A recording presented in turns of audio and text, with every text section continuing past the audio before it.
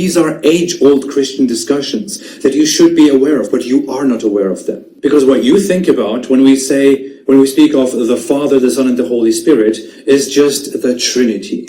The Trinity is a very specific doctrine.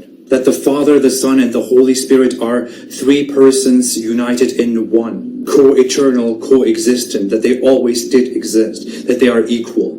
There are and there have been Christian groups that are considered non-Trinitarian, but just because they are non-Trinitarian, just because they don't recognize the Trinity, that does not mean they don't recognize the divinity of Jesus or Jesus as the Son of God. Non-Trinitarian Christians who do not agree that the Father, the Son, and the Holy Spirit are co-eternal, co-existent persons in one and the same, are groups that still agree that Jesus is divine, that Jesus is the Son of God.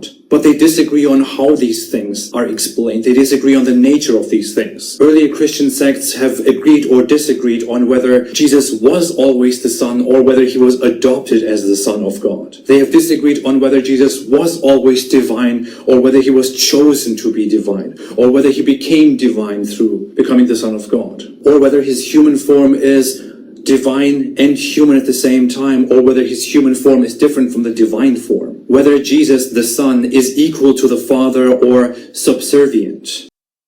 The idea is also not only that there was a book called the Gospel and that it was lost or corrupted, but also that basically the immediate followers of Jesus, that the early Christians were basically Muslims, meaning they didn't hold any of these heretical Christian ideas, and they were completely in alignment with the Islamic religion and the Islamic way of thinking, of simply regarding him as a prophet and worshiping Allah or God alone, and so on.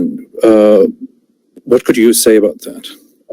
So I would say that there are some elements of truth in that, historically, and some things I think I would consider to be problems. But on the basic level, the idea that the earliest followers of Jesus thought that he was a human, and that he worshipped only one God, and they also worshipped only one God. I would say that that's true. What about the idea of the Son of God? Did they understand him to be the Son of God, not only in the sense of, a great guy, but also in, in a spiritual, religious way, the way Christians later understood him? Was that something that was there from the beginning?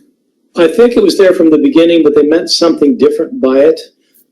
In Jewish circles, Son of God is used in the Old Testament, in the Hebrew Bible.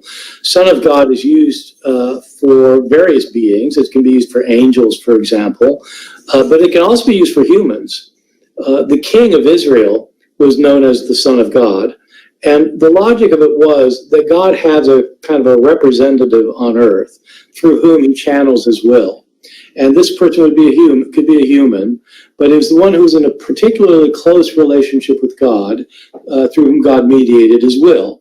And so Jesus would have been seen as the Son of God in that sense. And he might have even talked about himself as the Son of God in that sense.